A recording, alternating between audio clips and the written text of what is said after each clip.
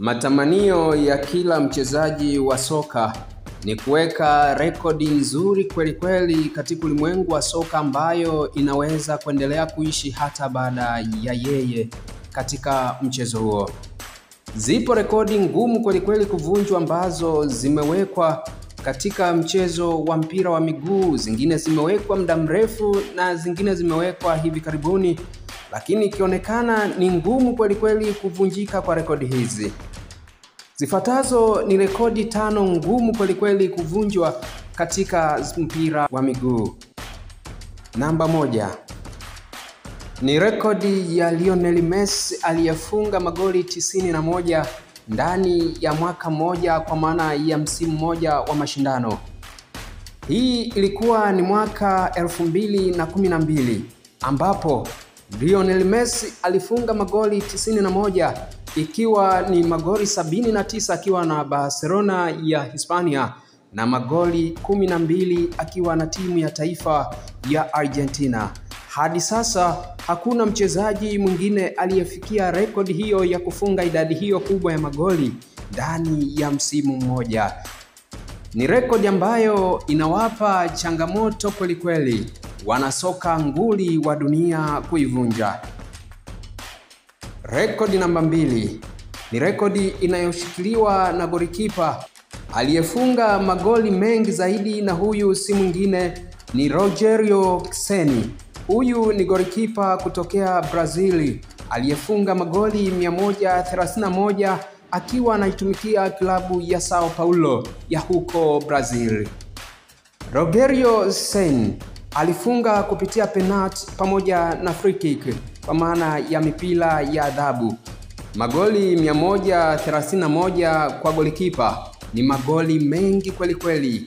Ni kipa ambaye amefanya jambo la ajabu na huenda lisijirudie katika ulimwengu wa soka.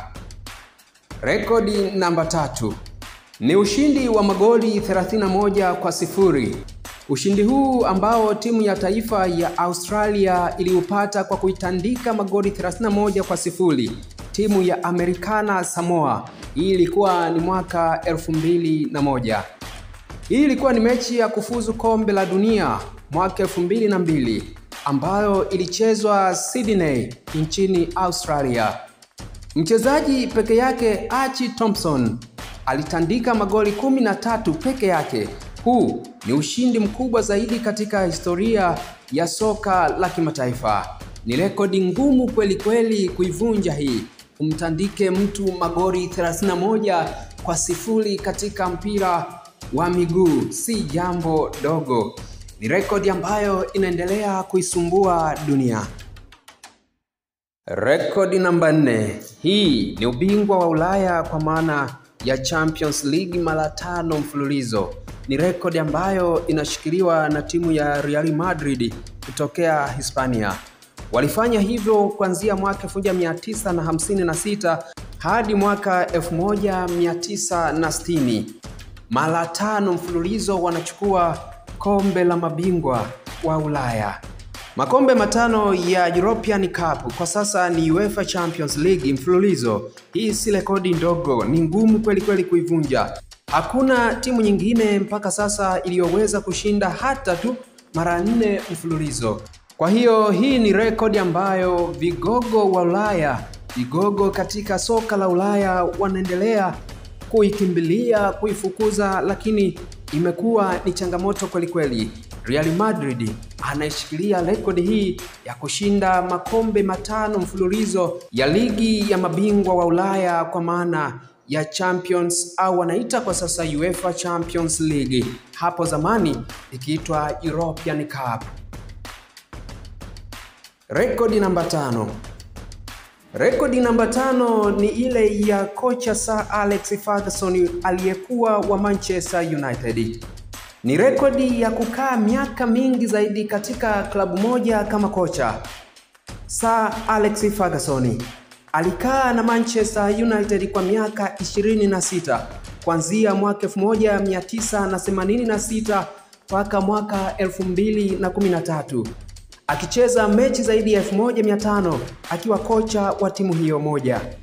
Sir Alex Ferguson akiwa na Manchester United wamebeba makombe 38 ndani ya klabu hiyo moja. Katika zama za kisasa ambapo makocha hubadilishwa mara kwa mara, ni ngumu kweli kweli kocha mmoja kukaa kwenye klabu moja kwa miaka 26. Hii ni rekodi ambayo inaendelea kushikiliwa na kocha Sir Alex Ferguson. Rekodi ya kocha mmoja kukaa kwa muda mrefu kweli kweli na klabu moja ambayo ni miaka 26. Kwa dunia ya sasa ni ngumu kweli kweli kwa kocha mmoja kukaa miaka yote hiyo ndani ya klabu moja.